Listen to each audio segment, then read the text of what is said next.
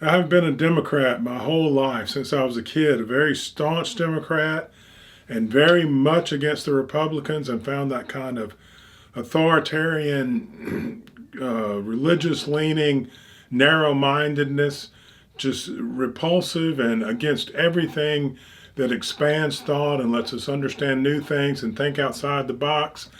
And I have been that way until probably my 50s. I'm in my early 60s now. And then they lost their minds, and they became completely senseless. They're not grounded in anything real anymore. And it's postmodernism that did it to them.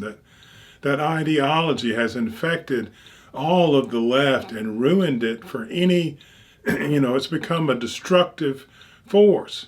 And the right is still full of that kind of authoritarian control and narrow mindedness that I do not prefer, but it's either that or chaos and total disaster, and that is needed to get the left back under control, where it realizes that no, you can't just dream up anything and that's okay, that there are realities in the world, that there is good and bad and starvation, and people have to do certain things to make sure the trains run on time and we can keep Publix stocked with food, and that all that is very painful and very hard, and you have to do the work or it all collapses. And they have lost the idea of doing any work. They just want whatever they believe to be automatically, materialize into what really is. And because of that complete fantasy, I'm totally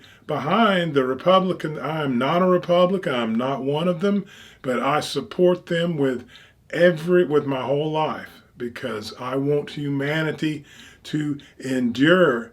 And they now have become the only hope.